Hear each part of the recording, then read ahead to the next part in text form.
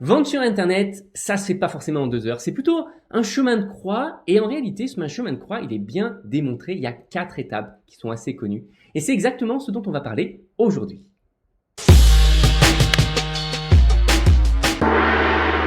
Bonjour et bienvenue sur Marketing Automation Ninja. Je m'appelle Amaury, je partage ici des techniques innovantes pour produire et automatiser votre web marketing. Si vous êtes nouveau sur cette chaîne et que vous voulez décupler votre productivité, alors cliquez sur le bouton s'abonner.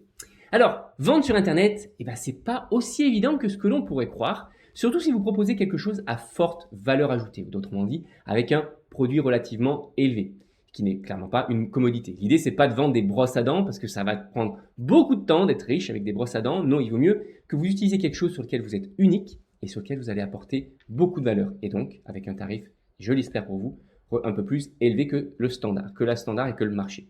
Alors, pour arriver à tout ça, il y a une méthode que j'ai découverte il y a un certain temps qui s'appelle la méthode AIDA.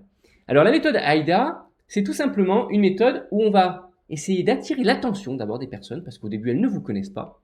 Ensuite, l'intérêt, et on va créer un désir jusqu'à l'action. Alors, je développe un petit peu plus.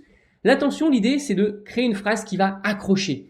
Quelque chose qui va les captiver dans leur chemin, dans leurs objectifs. Peut-être que vous allez parler de quelque chose qui leur parle, un objectif qu'ils ont à 2 ou 3 ans et d'une méthodologie qui potentiellement pourrait les aider.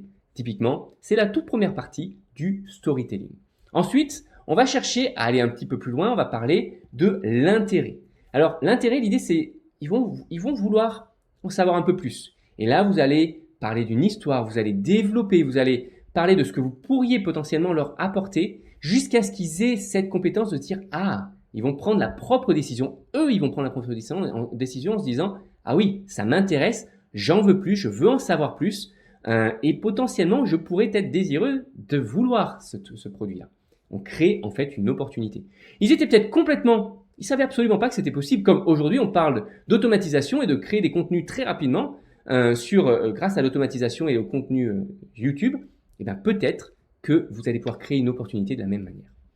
Le désir, c'est exactement ce qu'il faut que l'on crée. On veut qu'ils désirent. Et pour ça, on a 2 outils, les émotions.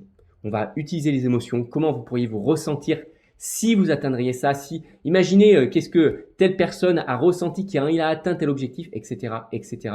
Et on met beaucoup de mots qui décrivent les émotions. Et la logique, la logique, c'est logique. Si on utilise ça, c'est plus rapide, c'est plus efficace, on est mieux. Et donc, notre outil, notre solution, peu importe ce que vous avez à offrir, votre offre sera certainement la bienvenue pour votre personne. Il faut apporter quelque chose de logique. C'est comme quand quelqu'un va acheter par exemple, une voiture de sport. Ça n'a rien de logique, mais pourtant on va lui dire « Ah oui, c'est logique parce qu'il a un moteur de tant de chevaux, il a ta. » On va lui donner une démonstration logique que finalement c'est la bonne chose à faire. Mais en fait, c'est juste qu'il en a envie, c'est tout. Bref, c'était juste un exemple pour illustrer ce point. Et la dernière étape, c'est l'action. Autrement dit, il faut donner une raison pour passer à l'action maintenant. Alors les Anglais disent beaucoup le FOMO, le Fear of Missing Out, autrement dit, la peur de louper quelque chose, de passer à côté potentiellement d'un bonus, d'un prix, d'un discount, ou simplement montrer à l'évidence la comparaison avec et sans votre solution. Qu'est-ce que c'est? Et amplifier la peine que les gens ont quand ils n'ont pas votre solution. Voilà, c'est la logique pour passer à l'action et le faire maintenant. J'espère que cette technique pour le storytelling pourra vous aider. Et si vous avez appris quelque chose, mettez un petit like sur YouTube, abonnez-vous ou partagez avec vos amis ce contenu. Et maintenant, si vous avez des questions ou des idées d'automatisation que vous voulez que j'explore pour vous, vous pouvez me contacter tout simplement sur Instagram ou sur YouTube. Et je ferai le mieux pour revenir vers vous. Allez, à très vite.